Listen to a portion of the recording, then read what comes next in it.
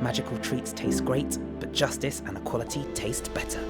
To combat hate, all ad revenue from my HB Kitchen will be donated to trans and LGBTQ charities. Thank you for supporting the kitchen and helping make the world a better place. Mischief managed. Hello witches, wizards, and those who are yet to receive their Hogwarts school letters, welcome back to my Harry Potter kitchen. This is the YouTube series where I'm baking my way through the Harry Potter books, creating magical recipes for each and every item of food and drink that we find inside. If you missed last week's recipe where we served up 4 sauerkraut recipes inspired by the Hogwarts houses, then make sure you check out the link down below in the description to catch up. And if you're new to the kitchen, make sure you give this video a thumbs up, then hit that subscribe button and click on the notification bell so you get an alert every Magic Monday when there's a brand new recipe. Speaking of which, I've got a little craving for something sweet, so let's fire up that cauldron and bake some magic.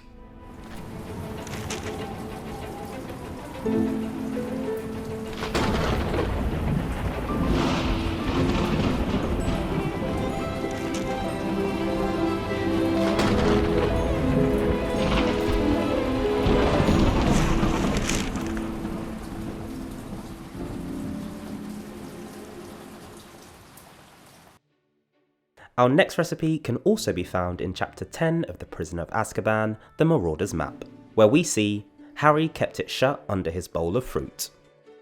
Things are about to get fruity. This week we are tackling fruit, which is a pretty open description for us to work with, but I was craving something sweet, so I decided to serve up my twist on a classic French dessert, the fruit tart.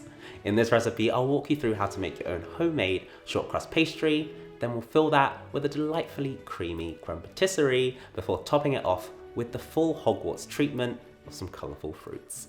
First things first, we need to create that homemade sweet shortcrust pastry, so this is what you need to do. Creating homemade shortcrust pastry is incredibly easy, especially if you have a food processor. I've added in my flour and butter and then pulsed until it forms breadcrumbs. You can also do this by hand, but it will take a little longer.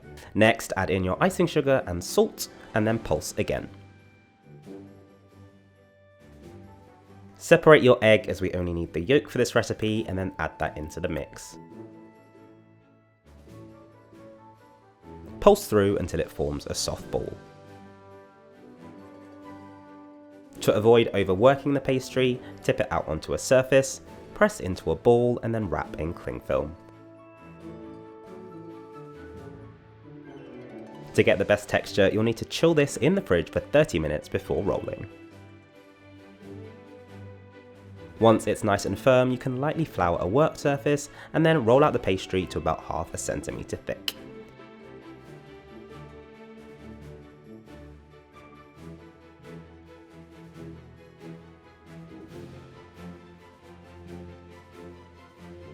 Use a cutter to cut out your circles. My martini glass happens to be a great fit, and then rework any leftover dough for the remaining circles.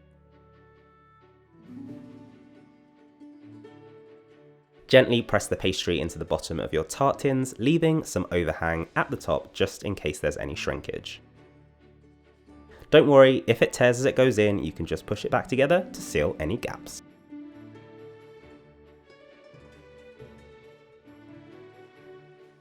Scrunch up some baking paper and then line the bottom of each tart shell before filling with baking beans. This will stop the pastry from rising or shrinking.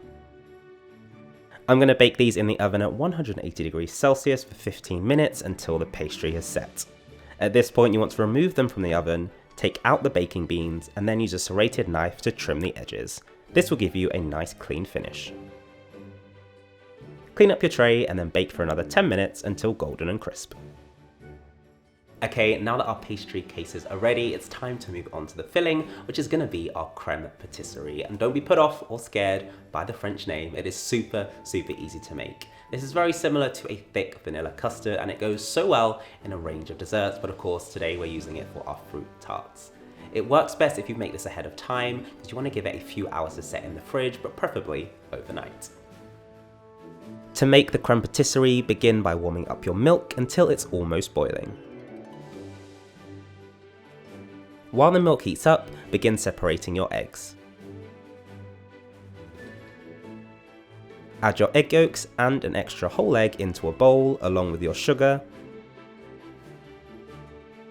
corn flour,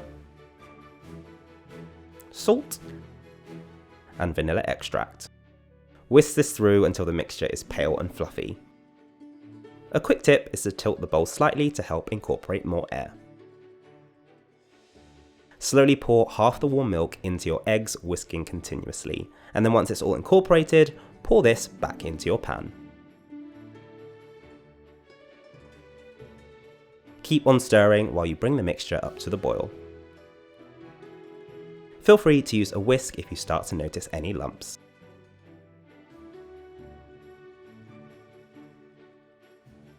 After about 4 to 5 minutes it should be lovely and thick, and then you can add in your butter, stirring through until it's completely melted.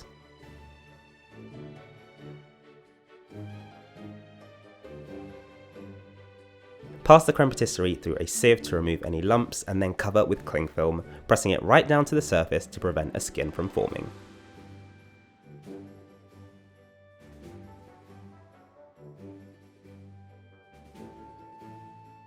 Allow the creme patisserie to come to room temperature before placing in the fridge to set. Now that our pastry cases and our filling are ready to go, the last thing we need to do is decorate, and this is really where you can let your creativity shine. I'm using a range of colourful fruits to represent the Hogwarts houses, and then decorating them on top of the tarts to give them a little extra wow factor. Of course, you can personalise this step in the recipe, so feel free to mix up any of the fruits to suit your tastes. Peel and slice your fruits so they're nice and presentable for the top of your tart. I'm using kiwi slices and grapes chopped in half for Slytherin, whole raspberries and thinly sliced strawberries for Gryffindor, whole blueberries and blackberries chopped in half for Ravenclaw, and then segmented oranges and thinly sliced mango for Hufflepuff.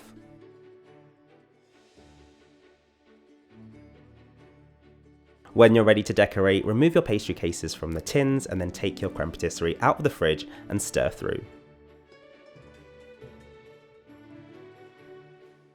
I'm using an ice cream scoop to get a generous mound of the filling into each shell.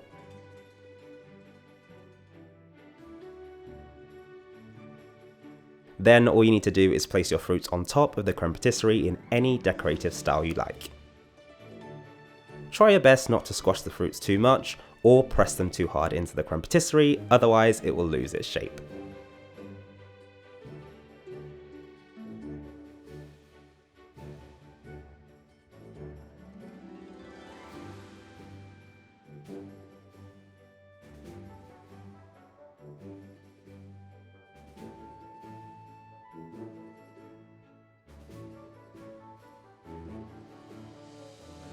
For a final touch, I've loosened some apricot jam with a little bit of hot water to create a glaze.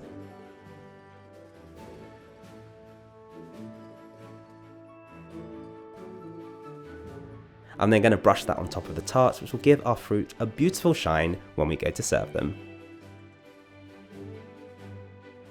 And with that, our Hogwarts House-inspired fruit tarts are complete.